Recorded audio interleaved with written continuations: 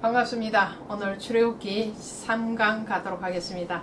25장부터 40장까지 가도록 하겠습니다.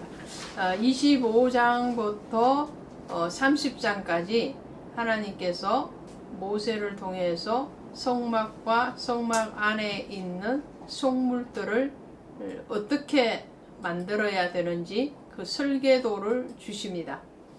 그리고 36장부터 40장까지는 그 앞서 주신 그 설계도대로 실제적으로 만들어내는, 제작하고 그리고 하나님께 봉헌하는 내용이 나와 있습니다.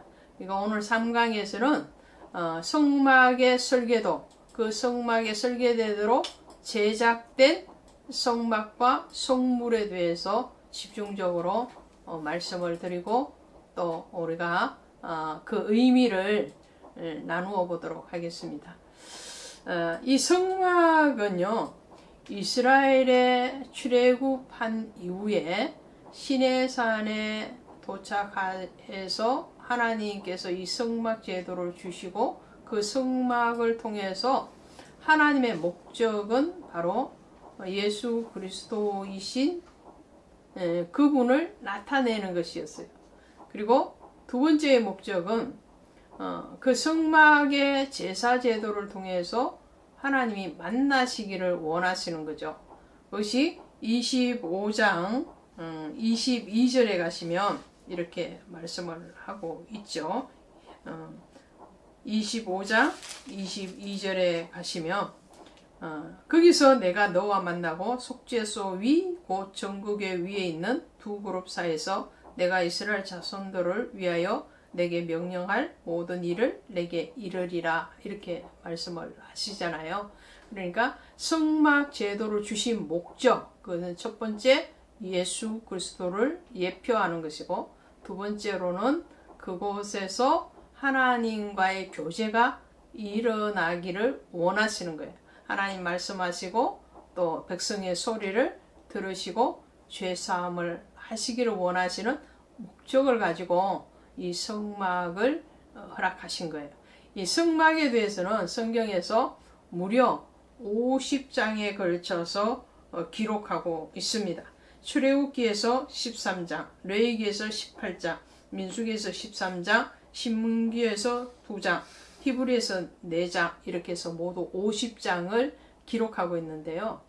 이 성막의 크기를 보면 가로로는 50규빗입니다. 그리고 세로로는 100규빗이에요.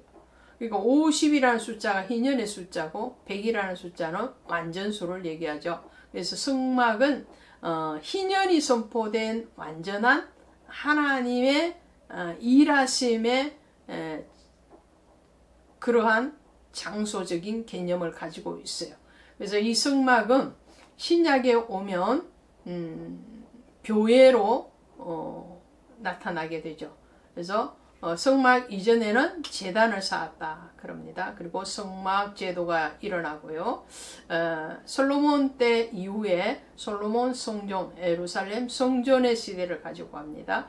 그 성전의 시대가 스룹바벨 성전까지 가죠. 학계 성전, 스룹바벨 성전, 그리고 난 뒤에 이제 오순절 성령의 역사 이후에 교회로 갑니다. 그래서 교회가 바로 그리스도의 몸이요 머리인 것처럼 이 성막도 예수를 나타내는 것이다 라는 것을 기억하시기를 바랍니다. 자, 이 성막에 들어가 있는 주요 성물들의 재료를 우리가 전체적으로 살펴볼 텐데요. 자, 성막에 들어가기 위해서는 문을 통과해야 되겠죠. 동쪽 문입니다. 그 문은 하나밖에 없습니다. 동쪽 문 하나밖에 없는데 그것은 유일하신 구원의 문이신 예수님을 얘기합니다. 그리고 문을 통과해서 가면 뜰이 나와요. 그 뜰에서 첫 번째 만나는 것이 번제단입니다. 이 번제단 지나면 물두멍이 있어요. 물두멍 지나서 성소로 들어가죠. 성소로 들어가면 등잔대와 맞은편에 있는 떡상을 만나게 됩니다. 그리고 중앙에 있는 분향단, 분향단을 지나서 휘장을 열고 가면은 거기에 이제 속죄소 시온자라고도 하는 시온자와 그리고 법궤 언약궤를 만나게 됩니다. 자, 여기에서 재료적인 면에서 보면은 번제단 그리고 이 떡상, 진설병상 그리고 분향단, 언약궤 이것은 그 속은 조각목으로 만듭니다. 그리고 바깥에는 재료들이 조금씩 다른데 이 번제단 내에서는 놋을 조각목으로 만들고 그 위에 놋으로 입힙니다. 조각목은 볼품없으신 예수 그리스도의 모습을 나타내요. 아무 흠모할 만한 것이 없는 볼품없으신 예수의 모습, 가장 낮고 연약한 자리에 오신 예수님의 모습을 나타내고요. 그 놋은 심판을 얘기합니다. 모세가 광야에서 놋뱀을 높이 들었고 그 뱀을 바라본 자마다 병에서 자유함을 얻었던 것처럼 또 예수님이 십자가에 높이 달리신 것을 예표합니다. 그리고 안에 들어가면 성소와 지성소에 있는 진설병상 그리고 분향단 언약궤는 안에는 조각목을 만들었지만 바깥에는 정금으로 샀어요. 두 개의 재료를 크게 사용하고 있는 거죠. 금은 바로 정금은 예수 그리스도의 왕권뿐만 아니라 언약을 얘기하죠. 변치 않는 언약을 예표합니다. 금등대는 한 달란트의 금 덩어리를 가지고 쳐서 만들었어요. 그리고 시온자도 정금입니다. 빛 되시는 예수 그리스도 그리고 온전한 속죄의 대속의 사역을 하시는 예수 그리스도를 예표합니다. 논물두멍은 여인들의 녹거울을 쳐서 만드는 것이 논물두멍입니다. 큰 물대야라고 생각을 하시면 됩니다. 이렇게 재료를 통해서도 예수 그리스도를 나타내죠.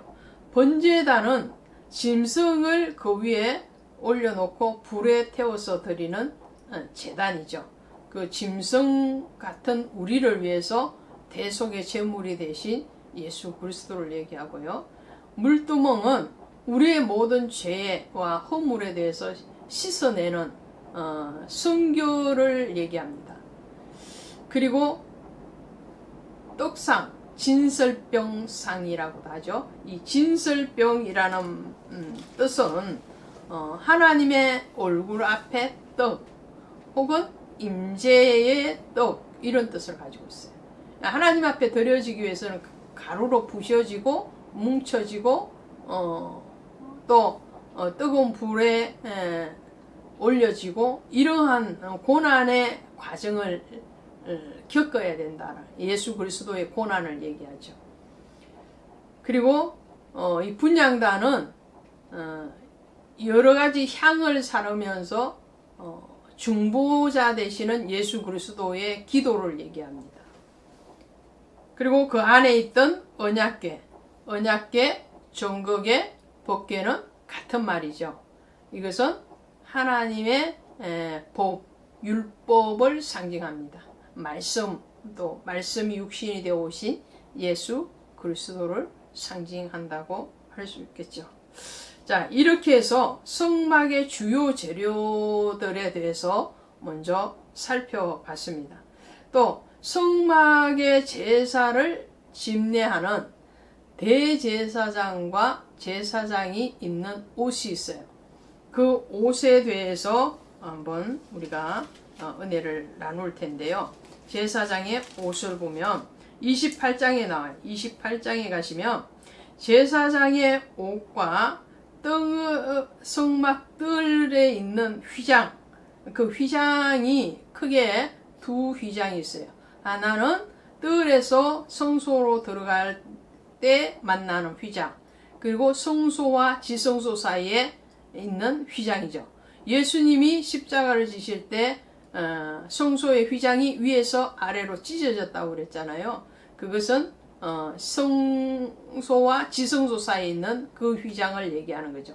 휘장을 짤 때도 실을 사용했고요. 제사장의 옷에도 실이 들어가는데 그 실의 종류가 또 달라요. 어떻게 다르냐? 또 뜰에 있는 그 휘장과 실이 또 다르거든요. 문에 드렸던 것, 그것에 대해서 한번 살펴보도록 할게요. 자, 성막을 짤 때, 자, 26장 1절에 보시면 성막을 만들 때 가늘게 꼰 배실과 청색, 자색, 홍색 실로 그룹을 정교하게 하여 수놓은 10폭의 휘장을 만들지니 이랬잖아요. 휘장. 자, 이 휘장을 하나로 통으로 짜지 않고 10폭을 만들어서 이걸 조각조각을 연결했어요. 이건 연합을 얘기합니다. 성도 간의 연합이죠. 그리스도는 교회의 몸이고 우리는 그 지체인데 연합하는 거죠. 하나가 되어야라는 그런 메시지를 담고 있습니다. 그러면서 휘장을 만들었던 그 색깔이 어떻게 나오나요? 가늘게 꼰 배실, 청색, 자색, 홍색 이렇게 나오죠. 또 성막의 뜰에도 문에도 휘장을 하는데 이렇게 돼요. 27장 16절에 가시면 뜰 문을 위하여 청색, 자색, 홍색, 가늘게 꼰 배실, 그렇죠. 4가지 색깔이죠.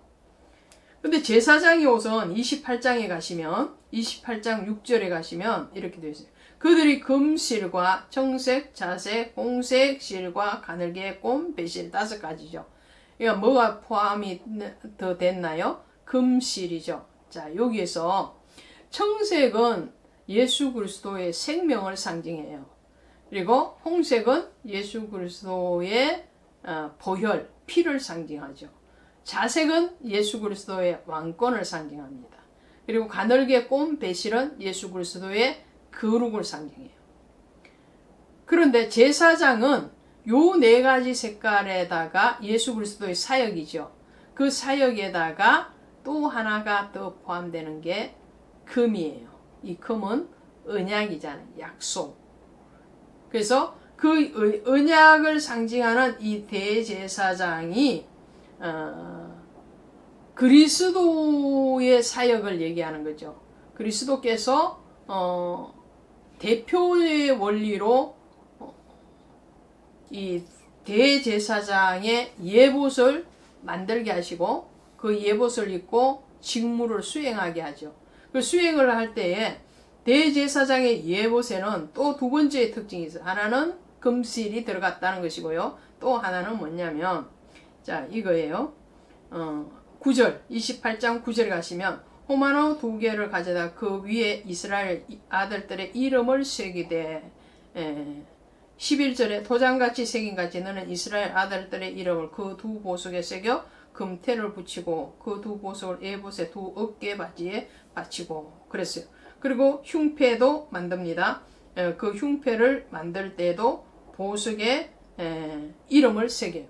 자, 대제사장의 예봇에는 그러니까 그 5가지 실로 짠 그 예봇 위에 이 어깨에 이스라엘의 12지파의 이름을 6개 이렇게 새겨서 보석을 붙입니다.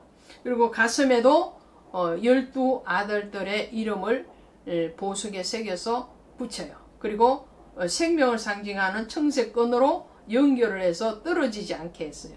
그러니까 대제사장이 예봇을 입고 하나님 앞에 제사를 집례하기 위해서 나아갈 때는 대표의 원리로 나가지만 사실은 12지파 모든 이스라엘 백성들이 같이 나가는 그러한 개념이죠. 이 12보석의 색깔이랑 나중에 12지파를 상징하는 깃발의 색깔이 일치합니다. 예, 대제사장은 혼자가 아닌 거죠. 그와 마찬가지로 예수 그리스도께서도 온 인류의 죄를 대속하시기 위해서 십자가에서 죽으신 거지요. 자, 그거에 대해서 말씀을 하고요. 대제사장의 옷을 입고 그 다음에 위임식을 하는 것이 29장입니다. 29장에서 이 아론과 그의 아들들이 제사장으로, 오늘날로 하면 목사로 임직식을 하게 됩니다. 그럴 때의 특징은 이들이 제물을 순양을 드리고, 그리고 그 순양의 피를 오른쪽 귓불이, 오른손 엄지손가락, 오른발 엄지발가락에 바르나요. 그리고 나머지 그 피는 제단에 뿌립니다. 이것은 어떤 의미를 가지고 있느냐면, 이 오른편은 늘 그리스도의 편이죠. 예수의 편입니다. 그래서 귀로 들을 소리 안 들을 소리 구분하라는 거죠. 이 손과 발은 행동하는 거잖아요. 갈 때 안 갈 때 해야 될 일, 하지 말아야 될 일 구분하라는 거예요. 이게 레위기 11장에 가면 정한 짐승과 부정한 짐승을 가를 때도 똑같았고요. 레위기 13장, 14장에 가면 문둥병이나 유출병, 15장까지 유출병까지 하나님 앞에 다시 정결함을 입을 때는 그 예물 드린 피를 그 환자였던 그 사람의 오른쪽 귀, 오른손 엄지손가락, 오른발 엄지발가락에 바르거든요. 그것도 같은 원리예요. 이제는 거룩해졌다, 구별되어졌다. 들을 소리 안 들을 소리, 가야 될 때 가지 말아야 될 때, 해야 될 일 하지 말아야 될 때를 구별하는 것이 바로 거룩이다라는 것을 말씀을 하고 있죠. 그리고 이 피를 사람의 몸에 바를 뿐만 아니라 제단에 뿌렸잖아요. 그것은 제단은 예수 그리스도를 얘기하죠. 그러니까 생명으로 연결돼, 피로 연결되어 있다는 거예요. 아브라함과의 언약에서 할례 언약을 하시잖아요. 그 할례 언약은 생명의 언약이거든요. 그래서 예수 그리스도께서도 마지막 유월절 예식을 하실 때 제자들에게 이것을 받아 마셔라. 이것은 내 피니 곧 언약의 피다. 이 말씀을 하시죠. 예, 언약의 피로 연결되어져 있다라는 의미를 대제사장의 위임식에도 그대로 적용하고 있는 것을 보게 됩니다. 그 다음에 30장에 가시면 이제 분양에 대해서 말을 하면서 중요한 것이 30장 13절에 속전세가 나오는데요. 이렇게 나옵니다. 무릇 계수 중에 드는 자마다 성소의 세계를 반세계를 냈지니 라고 말을 하면서 15절에 너희의 생명을 대속하기 위하여 여호와께 드릴 때 부자라고 반세계를 더 내지 말고 가난한 자라고 덜 내지 말며 이렇게 말해요. 이게 속전세예요. 예수님 당시에는 성전세라고 했죠. 예수님도 물고기 한 마리 잡아서 예수님 자신의 성전세를 납부를 하시는 내용이 마태복음 17장에 나옵니다. 이것은 유월절의 피로 구원받은 것에 대해서 이스라엘의 자손들이 그것에 대한 생명의 대속의 값으로 성전세로 내는 거예요. 속전세, 생명을 구원받은 세, 혹은 그것을 가지고 성전을 수리하는 데 썼기 때문에 성전세 이렇게 말을 하는데, 생명의 값은 누구나 같다라는 것을 말을 합니다.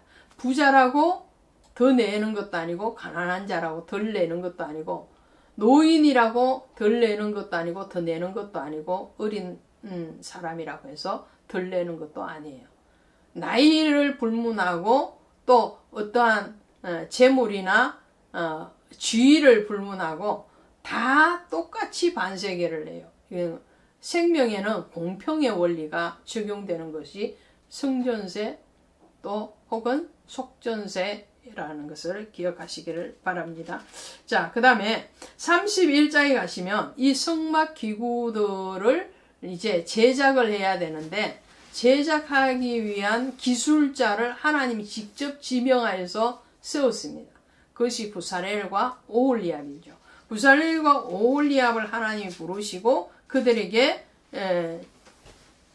성령을 충만하게 해주시고 지혜와 총명을 주셨다고 해요. 우리에게 직분을 맡기실 때는 하나님이 그것을 감당할 만한 지혜와 명철을 주신다. 하나님의 영을 주신다. 이런 말씀이 되겠죠.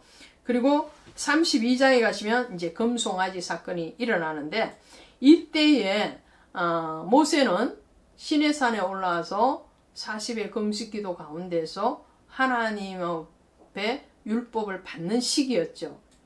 그런데 밑에서 산 아래, 시내산 아래에서 기다리고 있던 이스라엘 백성들은 조급함을 버리지 못하고 아론을 앞세워서 금송아지를 만들어내고 그 금송아지에게 너는 우리를 인도할 신이다 이렇게 찬양을 하거든요. 그럼 왜 금송아지였을까요? 그것은 애굽에서 그들이 섬겼던 신입니다. 물론 금송아지, 그 소는 이 애굽의 신이었어요. 그러니까 애굽의 그 치하에서 종로로 타면서 애굽인들이 섬겼던 그 신들을 은연중에 이 이스라엘 백성들이 기억하고 있었고 그것을 신으로 섬기고 있었다라는 말이죠. 하나님의 위대한 역사를 경험하고도 이 사람들이 아직도 옛 습관, 옛 우상을 버리지 못하는 그러한 모습을 보게 되죠.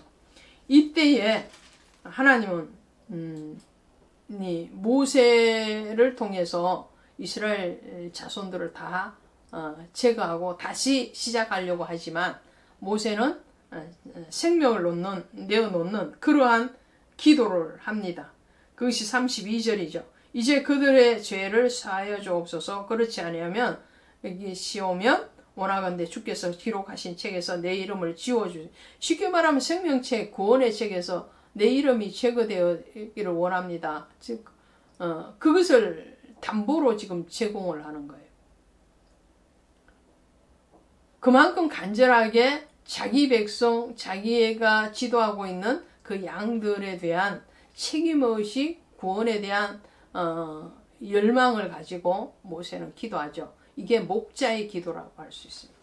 예수님께서도 십자가 지시기 전에 목자의 기도, 중보적인 기도를 요한복음에서 17장에서 하시고 계시거든요. 자, 또 하나는 25절에 가시면 이제 이 아론이 그들을 방지하게 원수에게 조롱거리가 되게 했다. 그러면서 모세가 이제 이스라엘 백성들에게 하나님의 진노하심을 말을 할 때 누구든지 여호와의 편에 있는 자는 내게로 나오라. 그랬을 때 누가 나오나요? 레위 자손이 나와요. 이 레위가 누군가요? 바로 아론과 레위인들이죠. 자, 그런데 창세기 34장에 가면 디나 사건이 일어나잖아요. 야곱의 딸 디나가 세겜 족속에게 강제로 몸을 더럽힐 때에 그때 그 원수를 갚겠다고 칼을 빼들고 하나님의 언약인 이 할례 언약까지 더럽히면서 이 세겜 족속들을 다 죽인 사람이 누구냐면 레위와 시몬입니다. 그 일로 인해서 야곱으로부터 이 흩어짐의 저주를 받는 것이 이 레위족이거든요. 그런데 반전이에요. 금송아지 사건 때에 모두가 머뭇거릴 때에 하나님의 편에 서겠습니다 하고 결단하고 맨 먼저 뛰어나온 사람이 레위 지파예요. 이로 인해서 나중에 신명기 33장에서 모세로부터 우림과 둠림의 축복, 제사장의 축복을 받게 되죠. 그리고 33장에서 이제 시내산을 떠납니다. 이 시내산을 떠나는 것이 이제 민수기에도 나오게 되는데 이것은 이제 머무른 시간이 있으면 떠날 시간이 있다라는 것을 말씀을 하죠. 그리고 34장에서 다시 십계명을 하나님이 주시고요. 35장에 오시면 예물에 대한 규례를 주세요. 이것은 25장에도 잠깐 말씀을 하죠. 25장 2절에서 기쁜 마음으로 내는 자가 내게 바치는 모든 것은 너는 받을지어니라. 이 성막을 제작하는데 예물이 있어야 되는 거죠. 물질이 필요한 거예요. 근데 그 물질을 거둘 때의 원칙, 그것이 기쁜 마음으로, 또 35장 5절에 보니까 마음에 원하는 자, 그죠? 또 뭐라고 그랬냐면 10절에 보니까 마음이 지혜로운 자, 그죠? 또 20절에 마음이 감동된 자, 자원하는 자, 25절에 마음이 슬기로운 자, 마음의 감동을 받은 자. 다 자원하는 거예요. 자원. 막 강압적으로 하는 게 아니라는 거예요. 자원에, 그 자원에 감사의 마음이 있는 자체가 하나님 앞에 은혜를 받았다라는 거죠. 은혜 받은 자만이 할 수 있는 거예요. 그리고 그런 예물을 주님은 사용하신다라는 것을 말씀을 드리고요. 자, 그래서 36장에서부터 이제 성막을 제작합니다. 앞서 말씀드린 그런 성물들을, 또 성막을, 휘장들을 만들어냅니다. 그러면서 이제 39장에 오시면 다 만들었거든요. 제사장 옷까지 다 만들고, 그리고 이제 하나님 앞에 봉헌할 준비를 하는데 39장 5절부터 보시면, 밑에 보시면 여호와께서 모세에게 명령하신 대로 하였더라. 또 7절에도 여호와께서 모세에게 명하신 대로 되었더라. 이 말을 40장까지 계속합니다. 하나님의 성막, 하나님의 교회는 누가 주인이십니까? 당연히 영광 받으실 하나님, 곧 예수 그리스도시죠. 그분이 원하시는, 그분의 말씀대로 행하는 거예요. 내 뜻대로, 내 마음대로가 아닌 거예요. 목사의 마음대로도 아니고 성도들의 마음대로도 아니에요. 주님의 마음. 여호와께서 모세에게 명령하신 대로 그대로 행해요. 모든 물품을 만드는데, 성물을 만드는데 다 하나님이 지시하시는 대로 그 재료로, 그 규격대로 만들어냈다라는 거죠. 그래서 이 출애굽 후 1년 만에 이 성막이 하나님 앞에 봉헌되어집니다. 설계도를 받은 기간이 40일이죠. 그리고 건축 기간이 6개월입니다. 그리고는 약 485년 동안 지속되어지는 성막이 완공되어지고 봉헌되어진 것이 1445년 1월 1일입니다. 자, 40장 17절에 이렇게 나오지요. 둘째 해 첫째 달 곧 그 달 초하루에 성막을 세우니라. 할렐루야. 박수 쳐줘야 돼요. 이 위대한 성막을 완공하는데 단 6개월밖에 공사 기간을 가지지 않았어요. 그런데 6개월 만에 완공한 이 성막이 솔로몬 성전이 세워질 때까지 약 480년에서 485년 가까이 이 성막으로서 하나님과의 교제하고 하나님의 말씀을 받고 하나님 앞에 나아가는 그런 일들을 행하게 되죠. 그 성막을 완전히 하나님 앞에 봉헌했을 때에 이렇게 말을 해요. 34절에 보시니까 구름이 회막에 덮이고 여호와의 영광이 성막에 충만함에 할렐루야. 하나님의 영광의 임재가 성막에 가득한 거예요. 왜 그랬을까요? 하나님이 말씀하신 대로 그대로 행했기 때문에. 결론은 그거죠. 사사시대에 이스라엘의 왕이 없으므로 자기 소견대로 행하였더라 그랬잖아요. 그 340년간은 암흑의 시기였어요.